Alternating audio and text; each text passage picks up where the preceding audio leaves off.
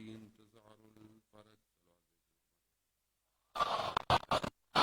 صلی علی محمد و محمد و فرج عزاداران سید الشہداء ایام عزا ماہ محرم اور چند دن باقی رہ گئے اس ماہ میں، مگر یہ مجالس کا سلسلہ ماہ سفر اور پھر ربیع الاول کے شروع تک جاری رہتا ہے، اور ہم ان مجالس میں اس معرکے کو بیان کرتے ہیں کہ جسے سید الشہداء نے 61 ہجری میں کربلا میں برپا کیا۔ ہماری گفتگو جو ہے وہ امام کے عنوان سے ہے کہ امام ہی جو ہے وہ منجی بشر ہے، امام ہی جو ہے وہ نجات دہندہ ہے، امام ہی ہے جو اس دنیا کو بچائے گا، اور اسی امام تک پہنچنے کے لیے ہمارا راستہ کربلا ہے، اور کربلا ہی وہ ہے کہ جو کربلا کو سمجھ پائے گا وہی اپنے وقت کے امام کو سمجھ پائے گا۔ کربلا اسی لیے زمان اور مکان پہ قید نہیں، کربلا ہر زمانے میں اور ہر مکان میں برپا ہے، اور وہ پیغام جسے سید الشہداء نے وہاں سے دیا آج تک وہ پیغام اس کائنات میں گونج رہا ہے۔ آج بھی وہی استغاثہ کہ جہاں امام نے کہا کہ ہے کوئی میری مدد کرنے والا، تو وہ سب ہم سے سوال ہے کہ کیا ہم آج اپنے وقت کے امام کی نصرت کر رہے ہیں یا نہیں کر رہے۔ اسی سلسلے میں بہرحال ہماری آج کی نشست اور کل آخری نشست ہے کہ ہم کوشش کریں کہ بہرحال ان ایام میں ہم وقت کے امام کی معرفت حاصل کریں، کیونکہ تاریخی گفتگویں اگر تحلیل نہ ہوں، ان کا تجزیہ نہ ہو، ان سے عبرت نہ لی جائے تو پھر تاریخ کو بیان کرنے کا فائدہ نہیں۔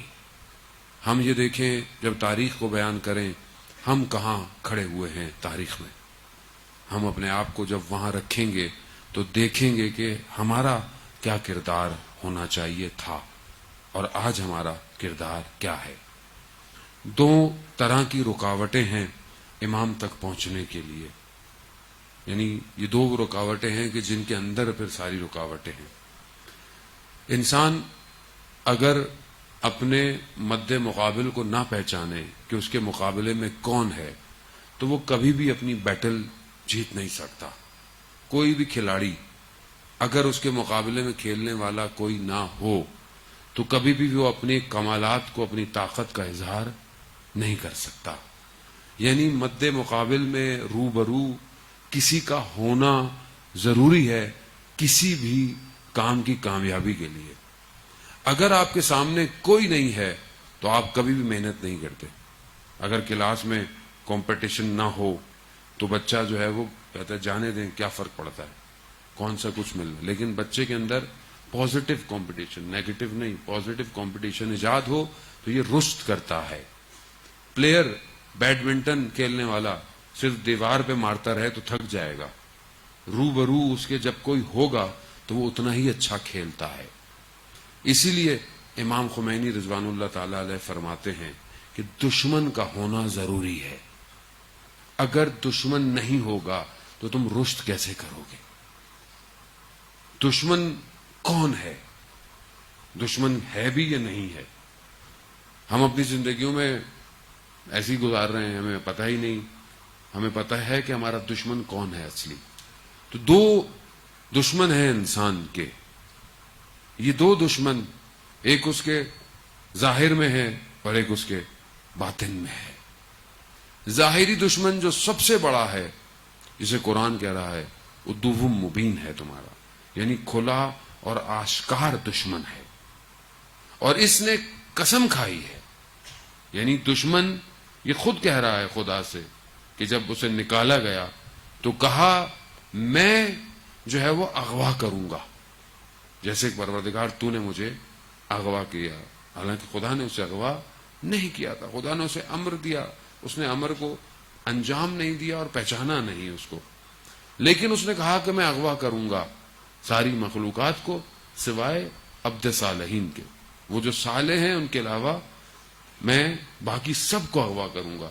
یعنی اس نے پہلے دن یہ اعلان کر دیا کہ میں انسانیت کا دشمن ہوں، اور یہ دشمنی اس نے دکھائی.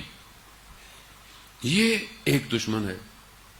ایک دشمن اندر ہے، انسان کی اپنی خواہشات ہے نفسانی، اور وہ ساری چیزیں جو انسان کو خود رش نہیں کرنے دیتی. بہرحال ہماری گفتگو جو ہے وہ اندر باہر دونوں مقابل پر ہے، لیکن ہم باہر کے دشمن کو پہچانیں. ہم اپنی زندگی میں اتنے ریلیکس ہیں کہ ہمیں پتہ ہی نہیں ہے کہ شیطان بھی ہے یا نہیں ہے. ایمان ہے ہمارا، ہم ایسا نہیں ہے کہ ہم یہ کہتے ہیں کہ شیطان نہیں، شیطان تو ہے، لیکن میرے لیے بھی ہے یا نہیں ہے. تو مجھے ایسا لگتا ہے کہ جیسے ہم نے شیطان کو سائلنٹ کیا ہوا ہے، سائلنٹ موڈ پہ ہے، شیطان کچھ بھی نہیں کرے گا، جبکہ شیطان ہر وقت ایکٹیو ہے اور کوئی موقع نہیں چھوڑتا انسان کو گمراہ کرنے کا، انسان کو وسوسہ کرنے میں، انسان کو اس کے اصل ہدف سے دور کرنے، کوئی موقع نہیں چھوڑتا. اور اتنا اس کا جو سسٹم ہے اتنا ویل ڈیزائنڈ ہے، اتنا پیچیدہ ہے کہ اس کو سمجھ ہی نہیں پاتا کہ شیطان کا کام ہے یا کس کا کام ہے.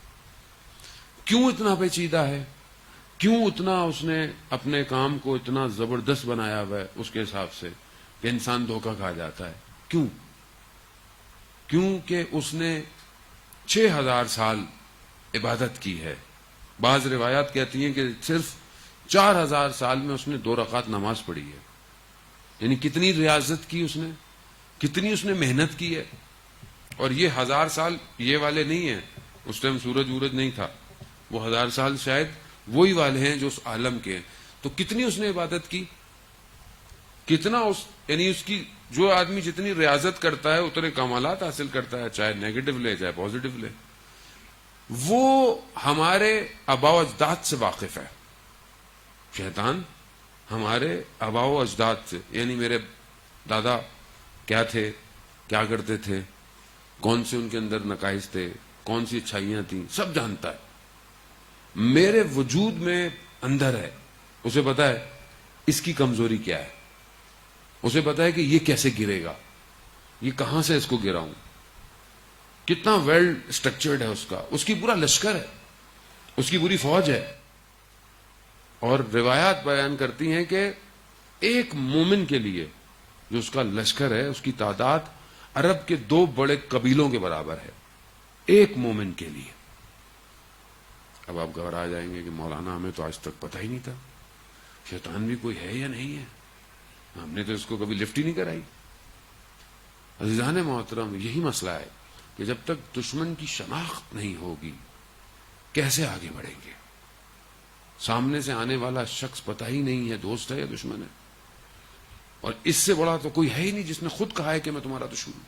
قرآن جس کو دشمن کہہ رہا ہے اور جس نے اپنی دشمنی کر کے دکھائی، جو وقت ملے گا تو اس پہ گفتگو کریں گے. 2 عرب کے قبیلوں کے برابر، بڑے قبیلوں کے برابر لشکر شیطان کا ایک مومن کے لیے، اور جب وہ مر جاتا ہے تو یہ لشکر کہیں اور شفٹ ہو جاتا ہے کسی اور مومن پہ. اور اگر مومن ہو، واقعاً مومن ہو، نام کا مومن نہیں ہو، مومن یعنی ایمان اس کے اندر ظہور کرتا ہو، جلوہ افروز ہو، صرف زبان پہ نہیں. ایمان تو کہتے ہی اسے ہیں کہ جو عمل سے ظاہر ہو، زبان تو صرف مسلمان کرتی ہے. ایمان آئے گا تو مومن بنے گا. اور ایمان جب قلب پہ آتا ہے تو خود بخود اعضاء و جوارے حرکت کرنے لگ جاتے ہیں. اور جب وہ مومن شیطان کے اس لشکر کو ہرا دیتا ہے تو شیطان خود میدان میں آتا ہے اس کے مقابلے میں، یعنی وہ چھوڑتا نہیں ہے. جتنی انسان طاقت دکھائے گا اتنا شیطان بھی سامنے سے آئے گا. عزیزان محترم، شیطان جو ہے وہ اتنے ظاہر کو گھما دیتا ہے، انسان دھوکہ کھا جاتا ہے. بہت سارے کام اس کے بڑے فیوریٹ ہیں، لڑوانا، آپس میں لڑوانا، میاں بیوی کو لڑوانا اس کا سب سے بہترین کام ہے. جب ایک گھر برباد ہوگا تو اس گھر سے کبھی بھی خدا کی طرف، بندگی کی طرف نہیں بڑھے گا. انسان بہت عبادت کر کے، سجدے کر کے، تسبیحاں پڑھ کے، نیک کام کر کے گھر چلا جائے، گھر جا کر اس کی کسی بات پہ، چھوٹی سی بات ہوتی تو باتیں چھوٹی ہیں ساری، لڑائی ہو جائے تو شیطان اتنا خوش ہوتا ہے کہ یہ کتنی عبادت کر کے آیا تھا، میں نے ایک جملے سے اس کی عبادت چھین لی. اتنا ویل سٹرکچرڈ اس کا سسٹم ہے دنیا کے اندر. اور ظاہر میں جو اس نے اپنا سسٹم ڈیزائن کیا ہے وہ بھی اتنا ہی بہترین اس نے بنایا ہے جتنا وہ بنا سکتا تھا. اب یہ جو ظاہر کا دشمن ہے یہ ہر نبی کے دور میں آیا اور اس نے اپنے کارندوں کو مصروف کیا. کس کے مقابلے میں؟ اللہ کے نمائندے کے مقابلے. خدا نے اپنے بندوں کو بھیجا کہ انسان کو تبلیغ کریں، اس کو اللہ کی طرف لے کے جائیں. یہ وہی مقابلے میں انسان کو اللہ سے دور، کہیں بتوں کی پوجا، کہیں آگ کی پوجا، کہیں کسی کی پوجا. پہلا قتل جو ہے وہ اس نے کرایا حابیل اور کابیل کے درمیان میں. سوچیں آپ کتنا پرانا اس کا نیٹ ورک ہے کہ اس نے پہلے ہی دو بھائیوں کو لڑوا دیا. تو آج اگر دو بھائی لڑیں تو یہ یاد رکھیے گا یہ شیطان ہے جو آپ کو آپس میں لڑواتا ہے. کوئی ایسی بات نہیں ہوتی. کیوں انسان ایک دوسرے سے لڑتا ہے؟ کسی چیز پر لڑتا ہے، زمین پہ، دولت پہ. یہی چیزیں ہیں جس میں انسان لڑتا ہے. اس کی قیمت اور اوقات اسی دنیا کی ہے، لیکن آپس کے رشتے بہت امپورٹنٹ ہے جبکہ ہم اس کی طرف توجہ نہیں کرتے. بہت بڑے عارف تھے، آیت اللہ قاضی طباطبائی رضوان اللہ تعالی علیہ کے شاگرد تھے ہاشم حداد. ان کے لیے مجتبیٰ طحرانی کتاب میں لکھتے ہیں کہ وما ادراک ما حداد، کہ تم درک ہی نہیں کر سکتے کہ حداد کیا تھا. یعنی اس مقام پر حداد کہتے ہیں لوہار کو، لوہار. اور لوہا جو دہکتا ہوا تھا بھٹی میں اس کو ہاتھ سے اٹھاتے تھے. شاگرد بھاگ گیا ایک دن دیکھ کے تو استاد نے بولا کہ لوگوں کے سامنے ایسا نہیں کیا کرو، لوگوں کو پتہ نہیں لوگ کیا سمجھے. وہ ان کی سوانح حیات میں لکھتے ہیں کہ وہ کیسے اس مقام پہ آئے، ان کا امتحان کیا تھا. تو وہ جب بھی گھر جاتے تھے تو ان کا گھر بالکل اپنے سسرال والوں کے سامنے تھا. یعنی ان کی زوجہ کے جو گھر والے تھے، ماں باپ، وہ بالکل سامنے. ایک چھوٹا سا کمرہ تھا، جتنا کماتے تھے سب بانٹ دیتے تھے. ایک ڈبہ رکھا ہوتا تھا، جو کمایا کھلا ہوا ہے، جس کو چاہیے لے جائے. اب جو بچتا تھا اس کو گھر لے آتے تھے. نہیں، فقر غربت کی زندگی، ایک ہی بستر. اب ان کے جو زوجہ کے گھر والے تھے، وہ ماں جو تھی وہ ہر وقت ان کو برا بلا بولتی تھی، یہ کیا زندگی ہے، کیا ہے. یہ سنتے رہتے تھے مگر وہ پھر بولتی تھی. تو یہ اپنے استاد کی خدمت میں گئے کہ میں جب جاتا ہوں تو یہ سب سننا پڑتا ہے، کیا کروں. کہا آپ کا امتحان ہی یہی ہے. ہر شخص کا امتحان الگ ہے. کسی کا جو ہے وہ مال سے ہے، کسی کا جو ہے وہ ڈیزگنیشن سے ہوتا ہے، کسی کا پوسٹ سے ہوتا ہے، کسی کا شہرت سے ہوتا ہے، کسی کا اولاد سے ہے. ہر شخص کا الگ ہے. ہر شخص کے لیے خدا نے امتحان رکھا ہے. خدا اس کو چیک کرتا ہے، دیکھتا ہے کہ اس کو کیسے آگے جائے گا. یہ ایک دن گھر آئے، انہوں نے اتنا انہیں برا بھلا کہا، یہ چھت پہ چڑھ گئے. پھر وہ نیچے سے انہوں نے برا بھلا کہنا شروع کر دیا.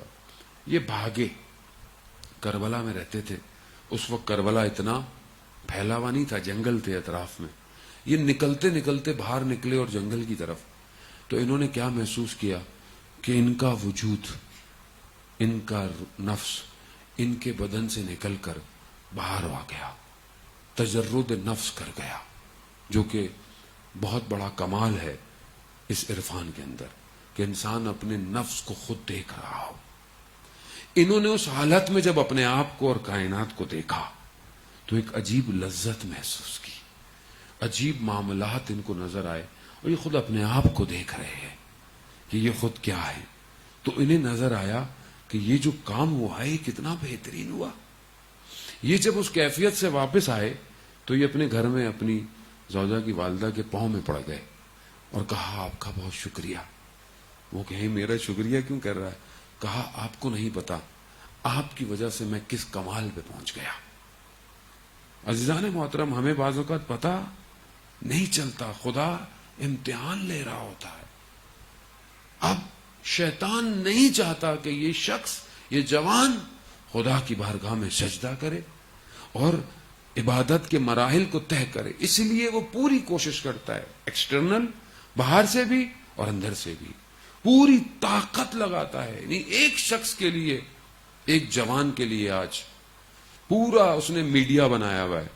یہ انسٹاگرام، فیس بک، یوٹیوب، یہ نیٹ فلکس، یہ سب اس نے بنایا ہے. کیوں؟ یہ ایک جوان رات کو کوئی گناہ کرے اور اس کا گناہ اس کو فجر کی نماز قضا کروا دے. ایک گناہ بس.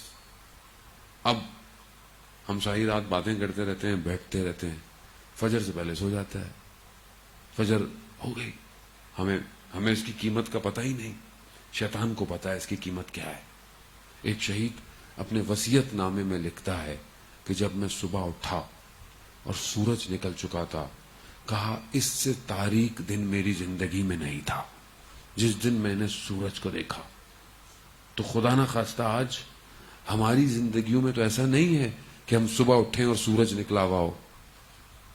ایک نماز، وہ ایک کر دے گا. آپ بولیں کیا ایک نماز سے کیا فرق پڑتا ہے؟ کیا کوئی بات نہیں، ہو گئی، کیا ہو.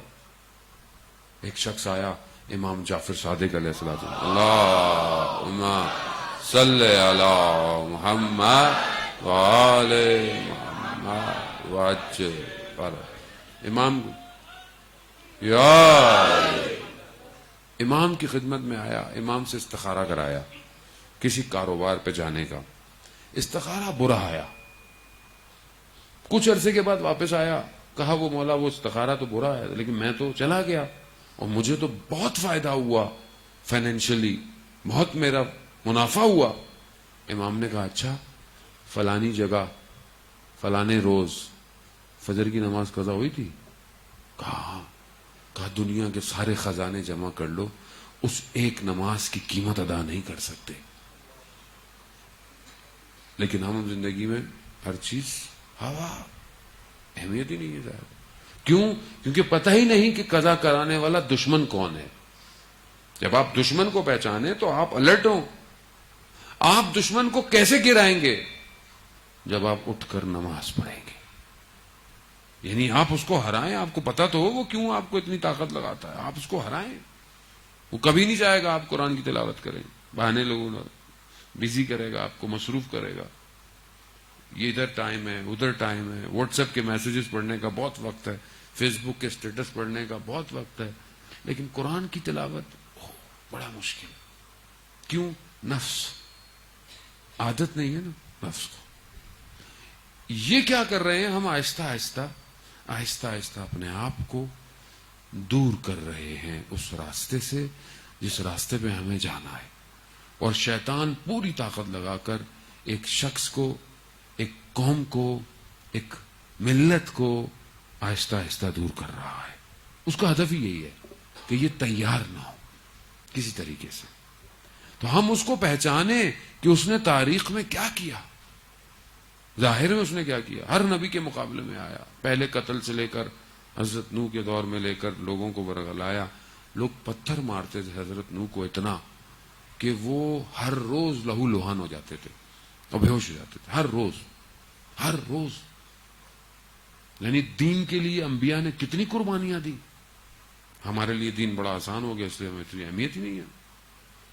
پھر ہر نبی کے دور میں آگے آتا رہا. کہیں وہ نمرود بن گیا اور آ گیا کہ میں زندہ کرتا ہوں، میں مارتا ہوں، اور حضرت ابراہیم علیہ السلام کو آگ میں جھونک دیا. اس نے پورا کام کیا. کہیں پر وہ شداد بن گیا کہ میں جنت کی بات کرتے ہو، جنت کیسی ہوگی؟ ایسی ہوگی. 300 سال لگائے اور دنیا کی بہترین جگہ پر اس نے جنت بنائی.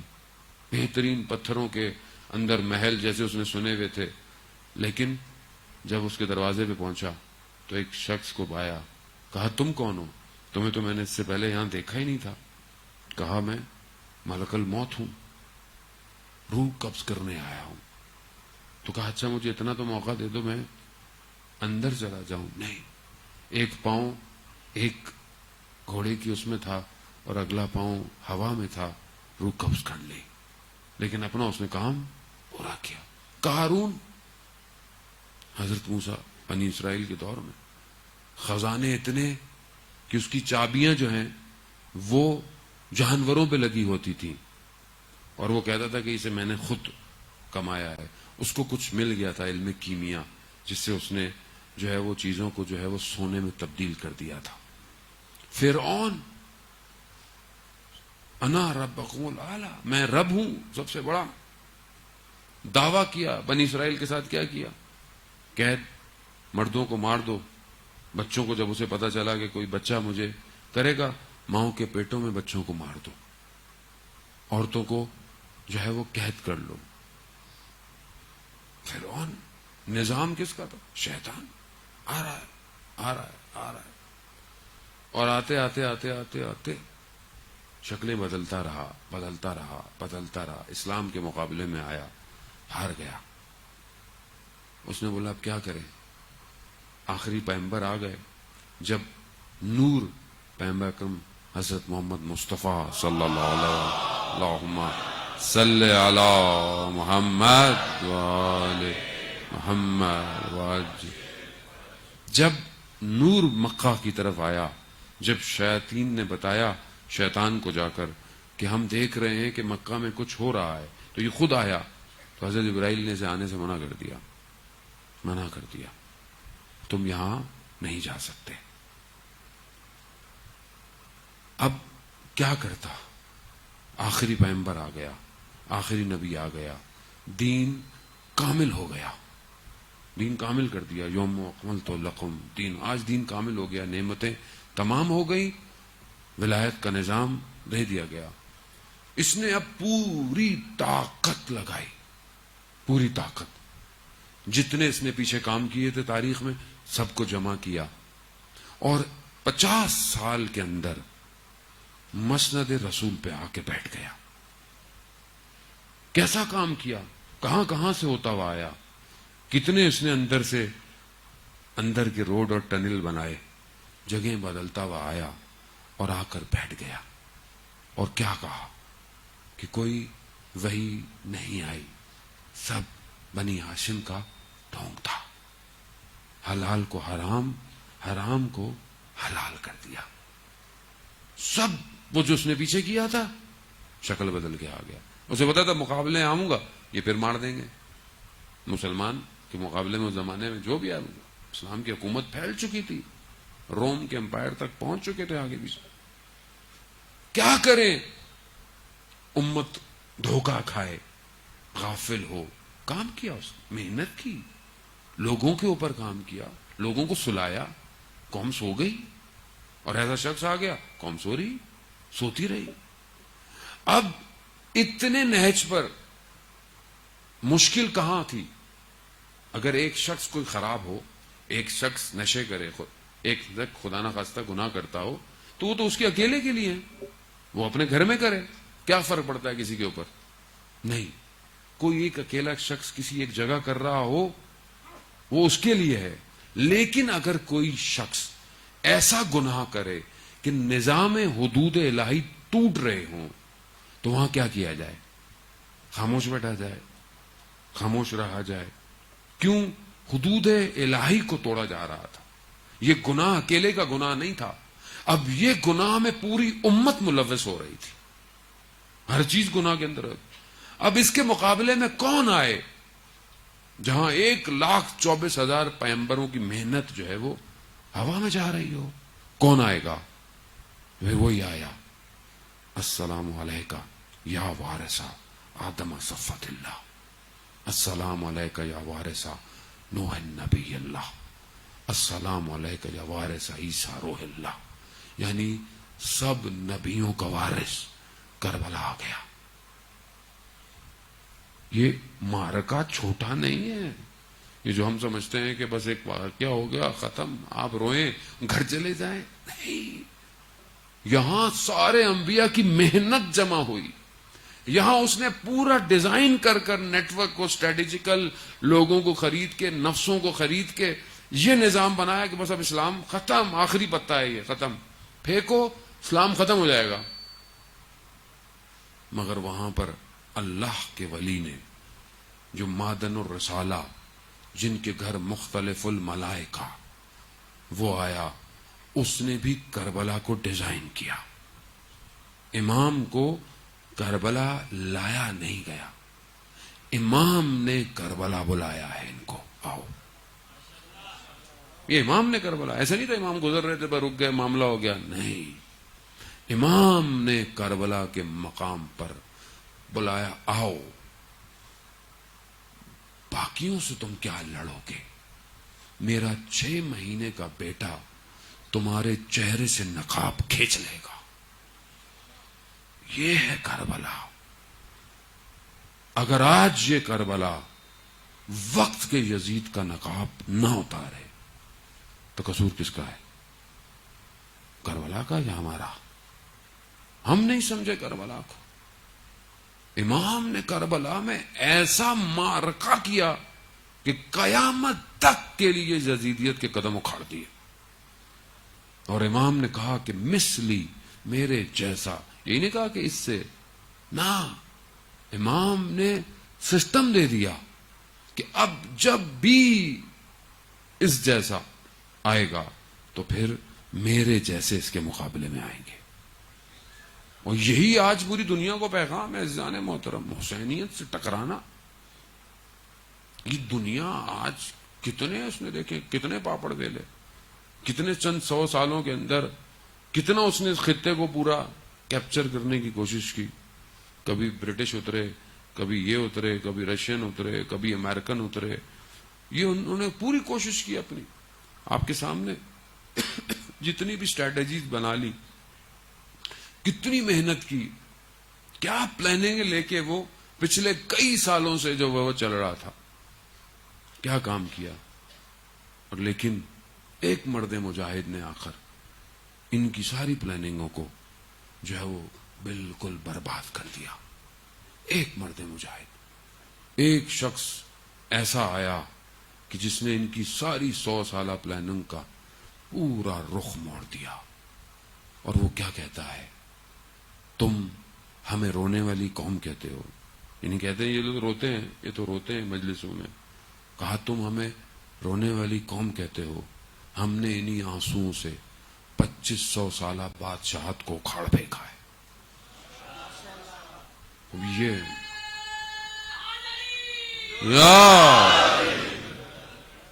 یہ ہے حسینیت.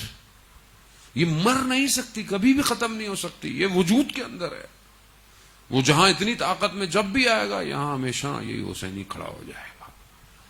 اور یہی پیغام ہے پوری دنیا کو کہ اس آپ مار دیں, اور حسینی جو ہیں وہ کبھی مرتے ہی نہیں ہیں. جتنا آپ ماریں گے یہ اتنا پرواز کرتے ہیں. کیوں؟ کیونکہ شہادت تو ان کو ورثے میں ملی ہے. ان کے یہاں مرتا تو ویسے بھی کوئی نہیں ہے.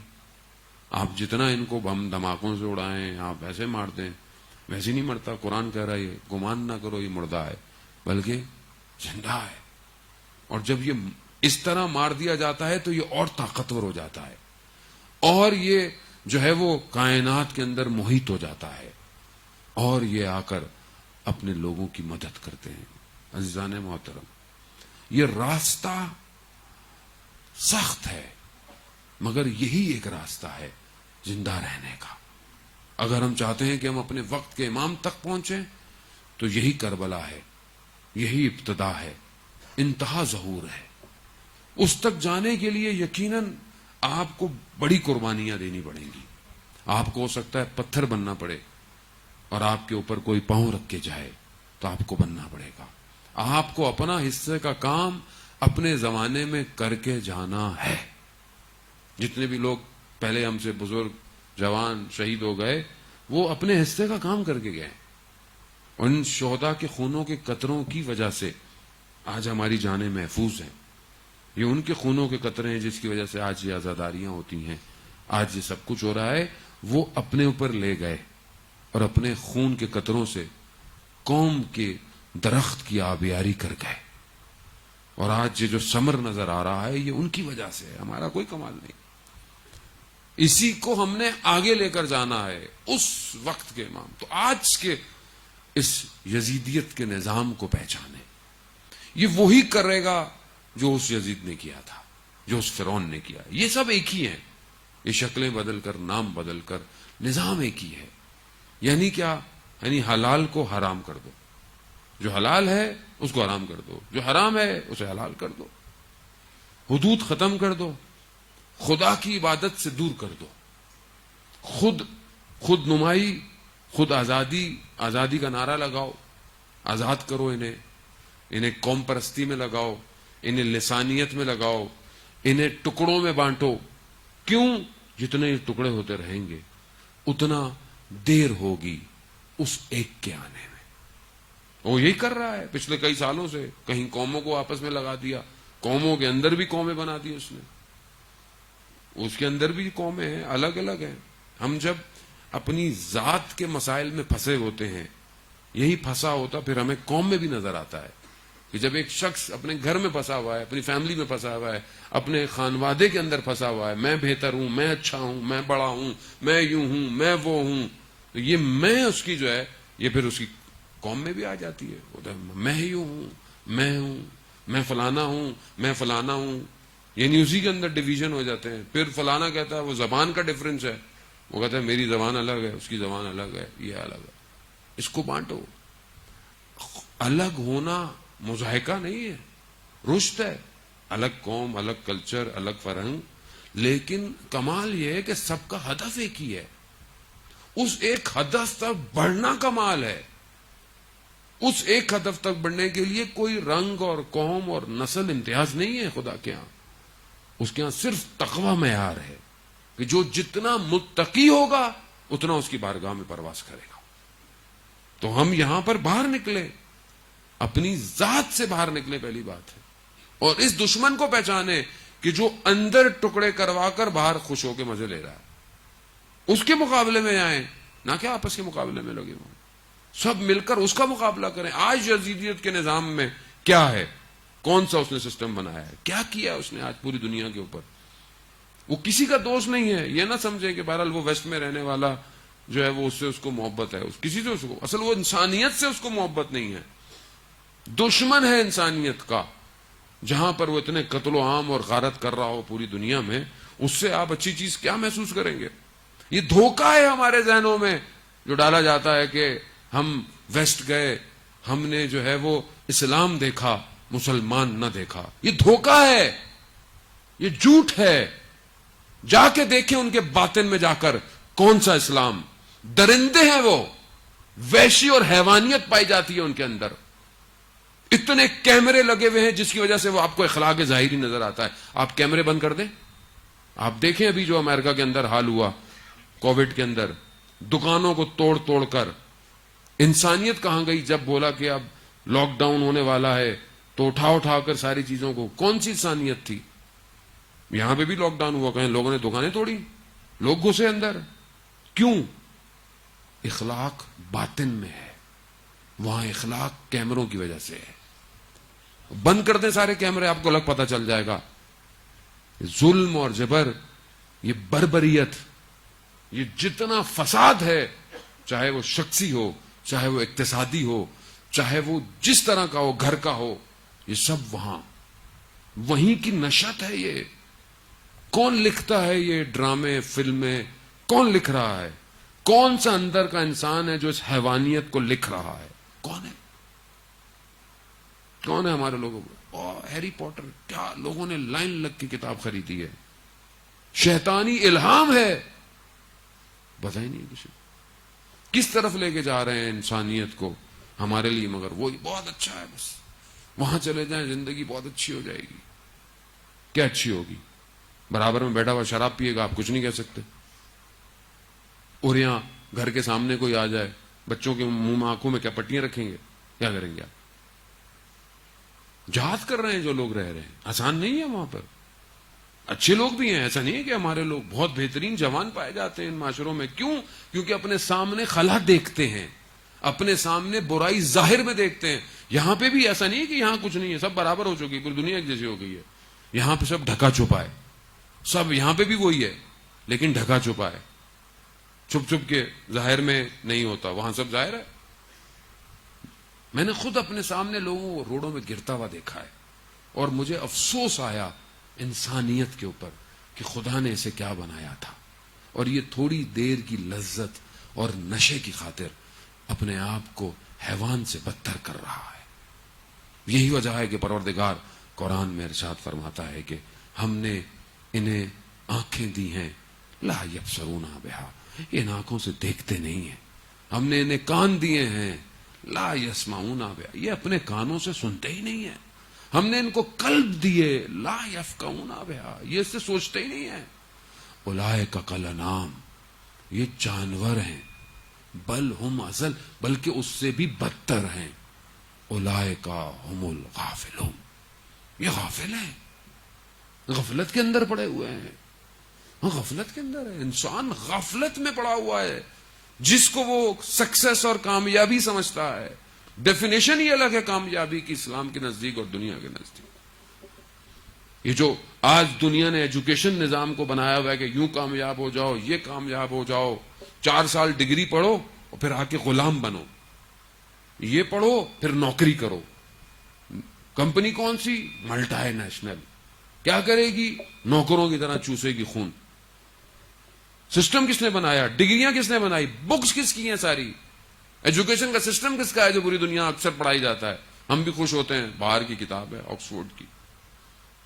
انسان نہیں بنائے گی, غلام پیدا کرے گی. غلام پیدا ہو رہے ہیں آج تک. یہی غلامی یہاں سے شروع ہوتی ہے اور ہمارے حکمرانوں تک پائی جاتی ہے. زبان میں طاقت نہیں کہ یزید کے وقت کو للکار سکیں. ہاتھ جھکے ہوئے ہیں, نفس بکے ہوئے ہیں, گناہوں کا شکار ہیں. اسلام کہاں پایا جاتا ہے؟ مدینہ کی ریاست کی بات کرتے ہیں.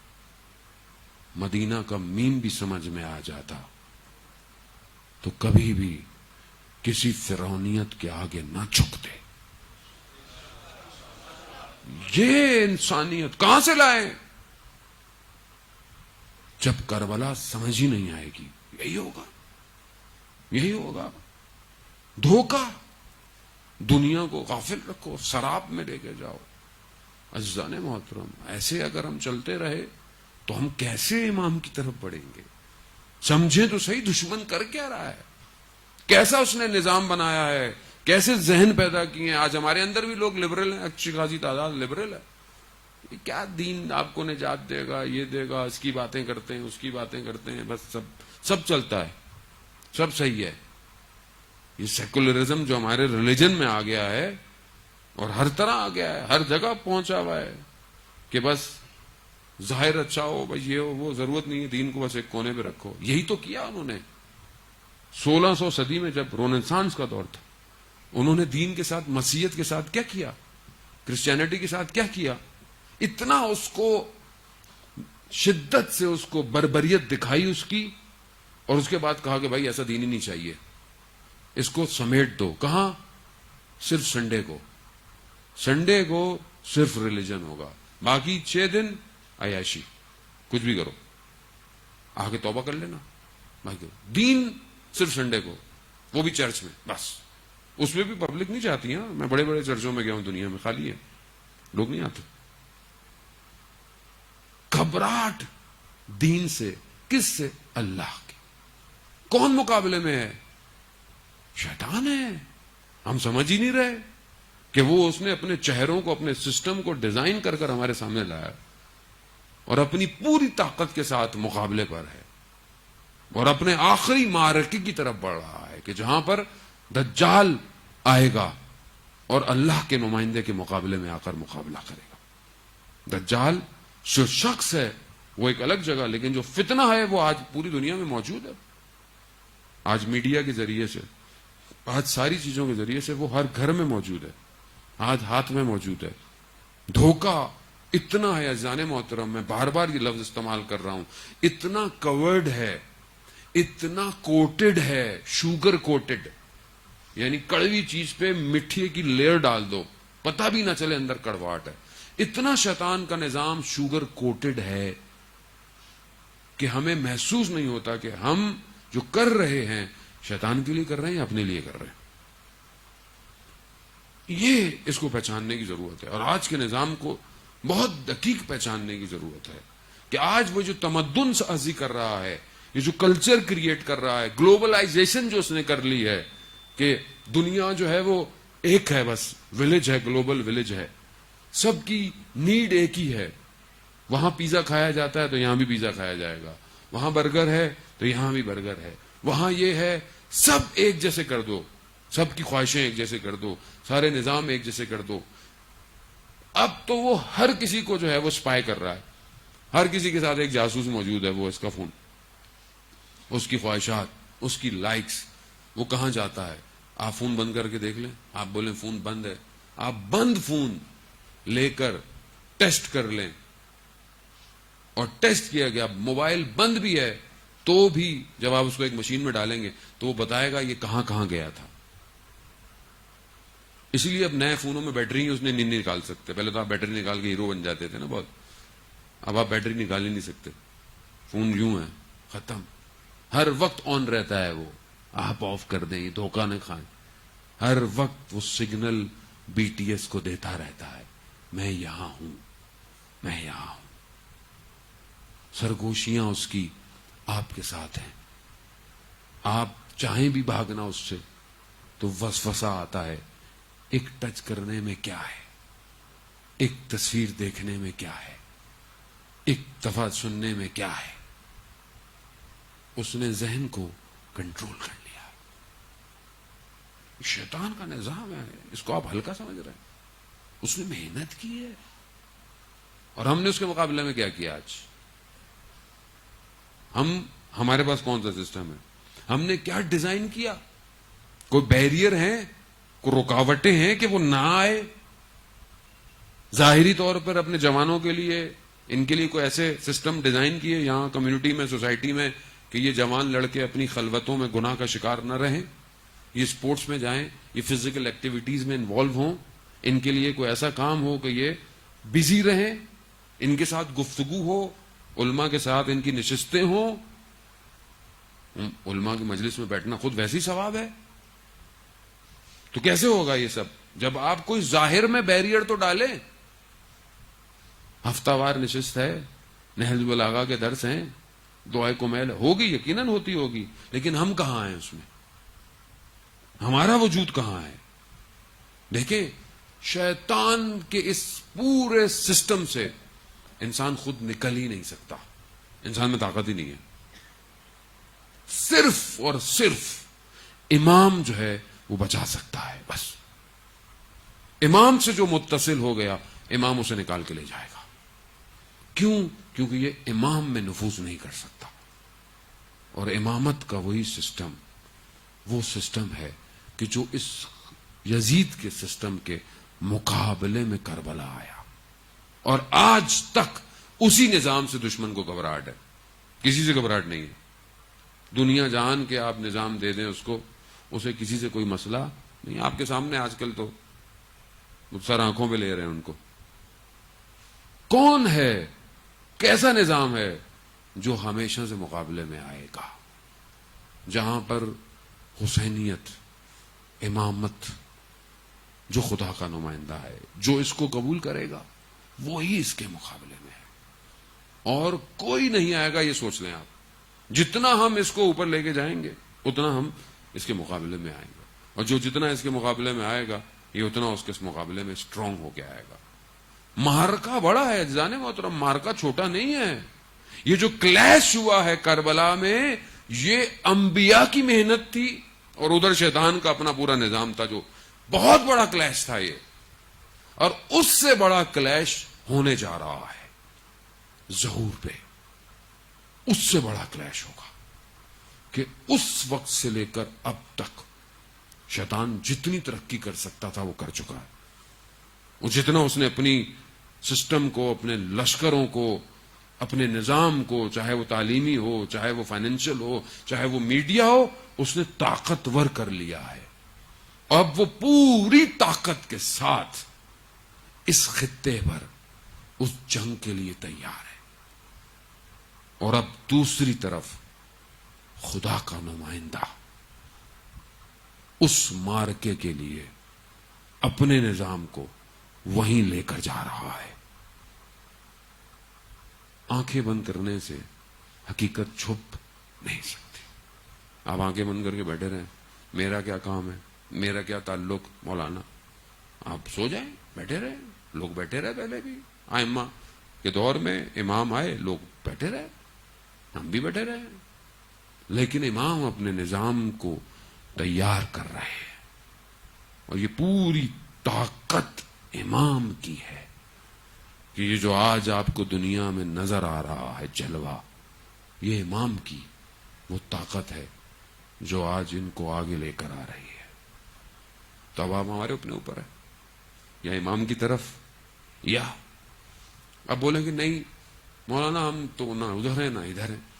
تو دیکھیں کربلا میں دو چیزیں تھیں, یا حق یا باطل, تیسرا کوئی نہیں تھا. دیکھنے والا کربلا میں کوئی نہیں تھا. تو جس کربلا کو ہم اتنا مانتے ہیں, سنتے ہیں, اٹھتے ہیں, بیٹھتے ہیں, وہ یہی پیغام دیتی ہے کہ راستے صرف دو ہیں, یا حق ہے یا باطل. اب تمہاری مرضی ہے, جو تمہارا انتخاب کر لو. اب بہانے کا وقت نہیں رہا. جانے محترم, میں نے پہلے بھی عرض کیا, کل میں نے آپ کو انصار اللہ, انصار حسین کی جو خصوصیت بتائی ہے امام حسین علیہ السلام کی, وہ یہ ہے کہ وہ سبقت اور سرعت کرتے ہیں, یعنی وہ آگے اور بہت تیزی سے اپنے امام تک پہنچتے ہیں. اب اتنا پیغام آپ کو پوری دنیا میں مل چکا ہے, حجت تمام, سب آپ کے سامنے واضح. اب آپ بیٹھ کر سوچتے رہیں میں یہ کروں, میں وہ کروں, میں یہ چیز ہونی چاہیے, وہ چیز ہونی چاہیے, پھر بیٹھے رہیے, بیٹھے رہیں. وہ کاروان تیار ہے اور وہ ندا دے رہا ہے کہ اگر آ سکتے ہو تو بسم اللہ. ہر کی دارت ہوا سے کرب و بلا, بسم اللہ, بسم اللہ. کربلا خون مانگتی ہے, کربلا گردن مانگتی ہے.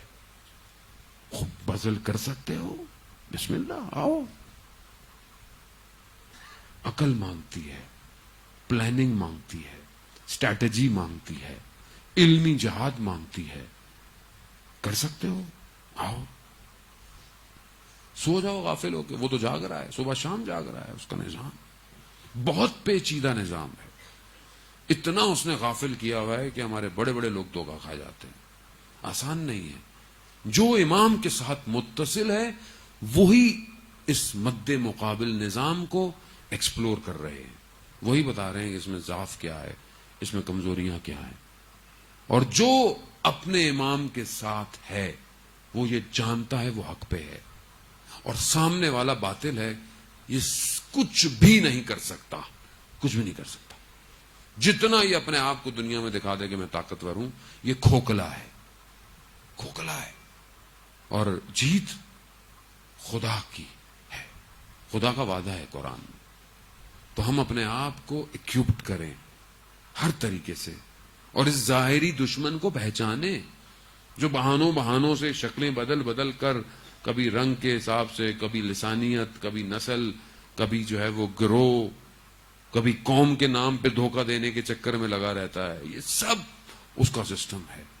کبھی ایجوکیشن کے حساب سے بچوں کو کنٹرول کرتا ہے, کبھی کسی طریقے سے. بس ان کو اپنے قبضے میں رکھو, سمجھیں اس کو.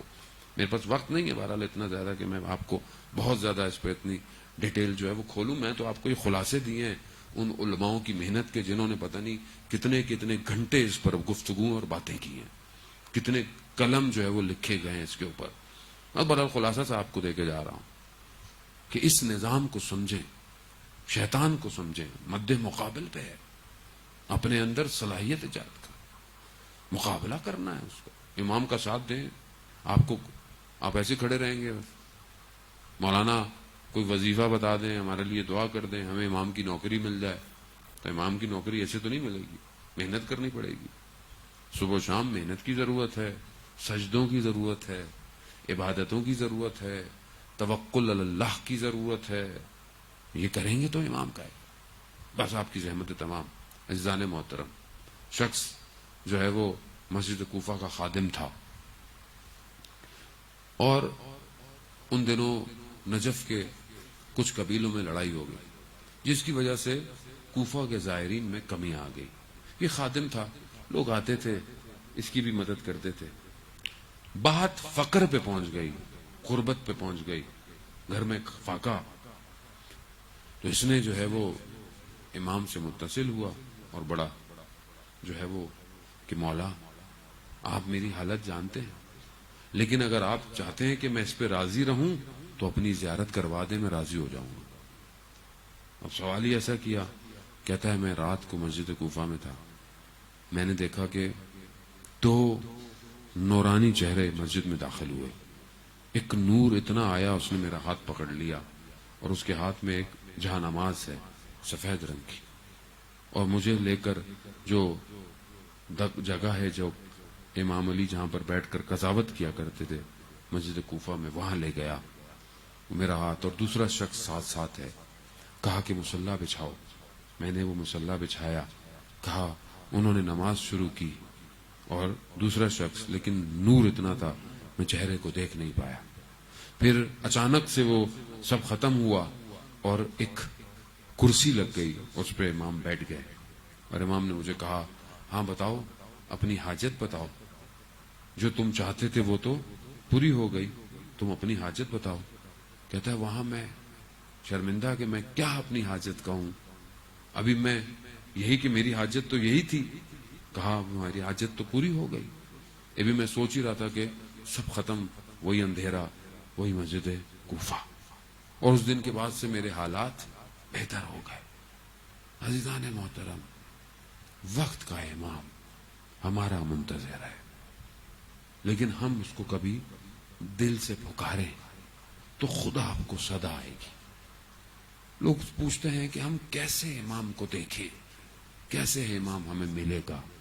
امام آپ کے پاس سے گزر بھی جائے آپ کو پتہ ہی نہیں چلے گا۔ کیوں؟ کیونکہ جب تک امام خود نہیں چاہتا انہیں کوئی پہچان نہیں سکتا۔ کوئی شخص کبھی آیا ہو آپ کی زندگی میں، آپ کی مدد کی ہو۔ ایک بہت بڑے عالم دین تھے آیت اللہ شمس الدین، بیان کرتے ہیں آخری ایام تھے، بیمار تھے شدید، اپنے صحن میں ٹہل رہے تھے، کہا کہ اتنی میں مشکل میں ہوں، اتنی پریشانی میں ہوں، مولا آپ دیکھتے ہی نہیں ہیں، آپ دھیان ہی نہیں دیتے۔ اسی ٹہل میں دیکھا 7 امام چلنا شروع ہو گئے، اور مخاطب کہا فلانی جگہ تمہیں مشکل پڑی تھی، اگر تمہاری مشکل حل نہ ہوتی تو تمہاری جان خطرے میں تھی۔ فلانے مقام پر تم فلانی مشکل میں تھے، کس نے تمہاری مدد کی؟ فلانی جگہ پر تمہیں فلانی چیز کی ضرورت تھی، کس نے تمہاری مدد کی؟ اور تم کہتے ہو کہ ہم تمہاری طرف سے غافل ہیں؟ نہیں، امام ہم سے غافل نہیں ہے، ہم امام سے غافل ہیں۔ امام ہمیں دیکھ رہے ہیں، ہم امام کو نہیں دیکھ سکتے۔ عزیزان محترم، ایام ایسے ایام ہے کہ ہم تو مصیبت پڑتے ہیں اور چلے جاتے ہیں، مگر امام ان مصیبتوں کو ایسے بیان کرتے ہیں جیسے وہ دیکھ رہے ہیں۔ امام نے زیارت نائیہ میں جو سلام بیان کیے ہیں، اس سے یہی لگتا ہے کہ امام کربلا کے مقام کو دیکھ رہے ہیں۔ ہاں عزیزان محترم، بڑی زحمتیں کی آپ نے، بڑا لطف کیا آپ نے سید الشہداء کی عزاداری پر، اور اس کو سنا، لیکن ایک عالم دین کہتا ہے کہ میں مجلس پڑھنے کا مجھے کسی نے کہا، اور مجلس کسی خاتون نے مجھے کہا کہ مجلس ہے، چھوٹی سی مجلس ہے، بچوں کی مجلس ہے، لیکن نظر جو ہے وہ حضرت سکینہ کی ہے، تو آپ آئیے گا۔ میں نے کہا ٹھیک ہے، لیکن تھوڑی دیر بعد کسی تاجر کا فون آیا تہران کے، اور اس نے کہا فلانی جگہ جاؤ، وہاں مجلس اچھی ہے، وہاں پیسے بھی زیادہ ملیں گے، نام بھی بنے گا۔ تو میں نے کہا میں نے کسی کو کہا ہے؟ کہا اس کو چھوڑو، یہ مجلس تمہیں مشہور بھی کرے گی۔ کہا میں نے یہ کہہ کر اس خاتون سے معذرت کر لی۔ میں رات کو سویا، میں نے خواب میں کیا دیکھا، اس مجلس جہاں ہونی تھی اس کے دروازے پہ امام حسین اپنی بچی کو لے کر کھڑے ہوئے ہیں۔ میری آنکھ کھل گئی، میں سمجھ گیا کہ وہ مجلس منظوری والی مجلس ہے۔ میں رات کو میں نے اس خاتون سے کہا میں معذرت چاہتا ہوں، میں کل آؤں گا، اور اس تاجر کو میں نے منع کر دیا۔ بڑا ناراض ہوا، لیکن میں نے کہا نہیں۔ کہتا ہے پھر میں وہاں گیا اور میں نے دیکھا کہ تھوڑے سے لوگ ہیں، بچے ہیں، موم بتیاں جلا رہے ہیں، چھوٹی سی نظر ہے، لیکن عجیب کیفیت تھی وہاں، عجیب گریا تھا، عجیب حال تھا۔ ہاں، کیوں نہ ہو وہ بچی کہ جس کی مشکلات روز عاشورہ سے شروع ہوئی، عصر عاشورہ پہ ختم نہیں، بلکہ عصر عاشورہ پر ان مصیبتوں نے شدت پکڑ لی۔ ہاں عزاداران محترم، وہ بچی جو صبح سے دیکھ رہی ہو کہ بھائی علی اکبر گیا، واپس نہیں آیا، واپس آیا تو کیا بدن آیا۔ اونو محمد گئے، قاسم بھیا گئے، یہاں تک کہ چھوٹا علی اصغر گیا، چچا عباس بھی گئے۔ کتنا سخت ہے اس بچی کے لیے، آسان نہیں ہے۔ ہم تو لفظ بیان کرتے ہیں اور گھر چلے جاتے ہیں۔ عزیزان محترم، ایک چھوٹی سی بچی، بین الحرمین میں اس کا انٹرویو لیا۔ اس نے اس سے پوچھا بچی سے کہ تم رقیہ یعنی وہی سکینہ کو جانتے ہو؟ بچی نے بولا ہاں، امام حسین کی بیٹی تھی۔ کہا اور؟ کہا کربلا میں تھی۔ کہا اور؟ کہا بس اتنا ہی جانتی ہوں۔ کہا اچھا یہ بتاؤ کبھی کوئی تمہارے بھائی پر حملہ کرے، کچھ گنڈے آئیں تمہارے بھائی کو مارنا شروع کر دیں؟ کہا میں اپنے بابا کو کہوں گی۔ کہا وہ تمہارے بابا کو بھی مارنا شروع کر دیں؟ بچی کانپنے لگی، کہتی ہے میں نے کبھی ایسا تصور نہیں کیا۔ کہا اب سمجھ میں آیا سکینہ کسے کہتے ہیں؟ ہاں عزاداران محترم، یہ سکینہ جانتی ہے، یہ ہم نہیں جان سکتے کہ کیا ہوا۔ روز عاشورہ جہاں ودا پڑی جاتی ہے نا بی بی زینب کی، کہ بی بی زینب سے امام حسین جدا ہو رہے تھے، نہ جانے بہن بھائیوں نے کیا گفتگو کی ہوگی، اور جدا ہوئے، سوار ہوئے، وہاں پر اس بچی کا بھی ودا پڑا جاتا ہے۔ مقاتل اس بچی کی گفتگو بھی بتاتے ہیں کہ باپ کے جدا ہوتے وقت بچی نے بھی گفتگو کی ہے۔ بعض مقاتل کہتے ہیں کہ اس بچی نے بابا سے کہا، کیونکہ بچی صبح سے دیکھ رہی ہے نا کیا ہو رہا ہے۔ آپ سوچیں نا 3 سال 4 سال کی بچی کیا ہوتی ہے۔ آپ کی بھی بیٹیاں ہوں گی نا، آپ کی بیٹیاں ہوں گی، آپ خود کبھی محسوس کریں جن کی چھوٹی بیٹیاں ہوتی ہیں، جب باپ گھر سے نکلتا ہے تو بیٹی آ کے چپک جاتی ہے، کیا پوچھتی ہے بابا گھر کب آؤ گے؟ یہ بچی جو دیکھ رہی ہے کیا کہتی ہے؟ جانتی ہے کہ بابا بھی گئے تو واپس نہیں آئے۔ کیا کہتی ہے؟ مقتل بیان کرتا ہے، بچی کہتی ہے بابا ہمیں مدینہ واپس لے جاؤ۔ اللہ اللہ۔ امام کہتے ہیں بیٹا اب ممکن نہیں، اب وقت نہیں رہا۔ ہاں عزادارہ محترم، نہ جانے کس طرح اس باپ نے اپنی بچی کو گلے لگایا ہوگا، کس عالم سے لگایا ہوگا نہیں جانتا، یہ وہ باپ جانتا ہے، یہ وہ بچی جانتی ہے۔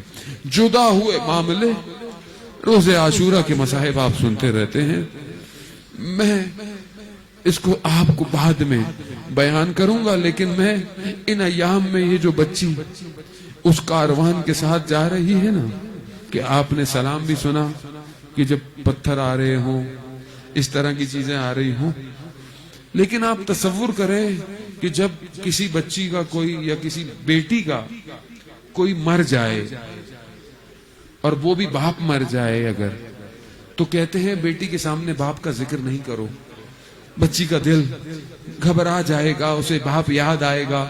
بچی چھوٹی ہو تو اور انسان تصویر بھی سامنے نہیں رکھتا، مگر میرا سلام ہو اس بچی پر کہ جو پورے راستے میں جب نگاہ اٹھاتی تھی تو نیزے پر باپ کا سر، نہ جانے کس حسرت کی نگاہ سے اپنے باپ کو دیکھتی ہوگی، اور وہ سر بھی نگاہیں جھکائے ہوئے۔ ہاں زاداران محترم، آپ سنتے ہیں نا کہ شب عاشور، روز عاشور، جب رات عصر عاشور گزری، شام غریباں، بی بی جب بچوں کو جمع کر رہی ہے تو دیکھا ایک بچی نہیں ہے۔ بچی کو دیکھا تو مقتل میں، مقتل کسے کہتے ہیں؟ مقتل جہاں سر بریدہ لاشیں ہیں، دشت ہے نا، مقتل دشت ہے، اندھیرا ہے، کربلا کا اندھیرا ہے۔ آپ تصور کریں 61 ہجری میں کربلا آج والا کربلا نہیں ہے، کچھ نہیں ہے، لاشیں ہیں، سر بریدہ لاشیں، جلے ہوئے خیمے، خوف، اجڑی ہوئی ماؤں کی گودیں۔ اس اندھیرے میں جب بی بی نے ڈھونڈا بچی کہاں ہے، دیکھا ایک سر بریدہ بدن پر سو رہی ہے۔ بچی کو اٹھایا، کہا بیٹا کیا کر رہی ہے؟ اللہ اکبر، یہ بھی وہی جانتا ہے جس کی چھوٹی بچی ہے۔ کیوں؟ چھوٹی بچی سینے پہ سوتی ہے باپ کے۔ اللہ اکبر، آئے غربت امام حسین۔ کہا بیٹی کیا کر رہی ہو؟ کہا بابا کے سینے پہ سو رہی ہے۔ کہا آپ کو کیسے پتا چلا؟ اب یہ جملہ یاد رکھیے گا کہ بچی بابا کے سینے پہ سو رہی ہے، بیٹا کیسے پتا چلا؟ کہا میں تو بابا بابا کر رہی تھی، ہاتھ بلند ہوئے، الیہ الیہ، آ جاؤ۔ اب یہ بچی رات کو باپ کے سینے پہ سو گئی۔ اب آئیے 11 محرم کو، اللہ اکبر، 11 محرم کو جب اس کاروان کو گزارا نا بدن مقتل کے ساتھ، تو بی بی زینب نے اپنے آپ کو نیچے گرا دیا اور اس بریدہ لاشے کو دیکھا کہ سر نہیں ہے، خواہ کٹی ہوئی، لباس پہ کچھ نہیں ہے، نیزوں کے نشان، تلواروں کے نشان۔ وہ بچی جو رات کو باپ کے سینے پہ سوئی تھی، وہ بچی کہتی ہے پھوپھی جان یہ کس کا بدن ہے؟ اللہ اکبر، یعنی بچی اپنے بابا کے بدن کو پہچان نہ پائی۔ ہاں زیادہ محترم، بس سفر گزر گیا، بس آپ کی زحمتیں تمام ہوئی، اب یہ بچی شام کے زندان ہے۔ آپ مصائب سنتے رہیں گے۔ جب بچی نے رات کو گریہ کیا نا تو یزید تک آواز پہنچی، کہا کیسا شور ہے؟ کہا بچی ہے بابا بابا۔ کہا دے دو۔ جب کوئی بچہ روتا ہے تو اس کو کیا دیا جاتا ہے؟ ایسی چیز جس سے اس کا دل بہل جائے، کھانا دیا جائے۔ اب کیا آیا شام کے زندان میں؟ کیا آیا؟ تشت آیا، تشت پہ کپڑا رکھا ہوا۔ جب کپڑا ہٹایا تو کیا تھا؟ بابا کا سر۔ اللہ، اب اس بچی نے اس سر کو، سر کیا ہے؟ خاک ہے بالوں میں، چہرے پر زخموں کے نشان ہیں، ہونٹوں پہ زخموں کے نشان ہیں۔ مقتل کہتا ہے بچی نے سر کو اٹھایا، بچی جھکی، ہونٹوں سے ہونٹوں کو لگایا، بچی نے گفتگو کی۔ اب ایک شاعر ہے، اس گفتگو کو اپنے انداز سے پیش کرتا ہے۔ کیا کہتا ہے؟ کہتا ہے بابا بابا، آپ کے جانے کے بعد بڑا ستم ہوا، آپ کے جانے کے بعد خیموں کو آگ لگی، آپ کے جانے کے بعد۔ کہا بابا بس آخری جملے ہیں، بس آپ نے گریہ کیا، جن کی بچیاں ہیں نا ان کو دیکھیں تو یاد کریے گا ان جملوں کو۔ بچی کیا کہتی ہے؟ کہتی ہے بابا آپ کے جانے کے بعد بڑا ظلم ہوا، یہ شہر کے لوگ عجیب تھے، یہاں پر یتیموں کے ساتھ عجیب سلوک کیا جاتا ہے۔ اب وہ بچی تو جانتی تھی نا کہ میرا باپ یتیموں کے سر پہ ہاتھ پھیرتا ہے، پیار کرتا ہے، مگر یہاں کیا ہوا؟ یہاں یتیموں نے الگ سلوک کیا۔ کیا کیا؟ تماچے لگے، تازیانے لگے۔ بابا شہر کا قانون بڑا عجیب تھا۔ بابا بابا بس آخری جملہ، جب یاد آئے تو گریہ کیجیے گا۔ بابا اگر یہ مجھ سے کہتے تمہیں گوشوارے خود دے دیتے تھے، مگر انہوں نے مانگے نہیں، انہوں نے چھینے۔ ہاں آزاداران محترم، یہ کہتے کہتے بچی خاموش ہو گئی۔ مغدل کہتا ہے بی بی زینب سمجھی بچی سو گئی ہوگی، مگر جا کر کیا دیکھا، ایک طرف سر ہے، ایک طرف سکینہ۔ انا للہ، ہائے غربت امام سجاد، اپنی بہن کو اسی کرتے میں زندان میں دفنا دیا۔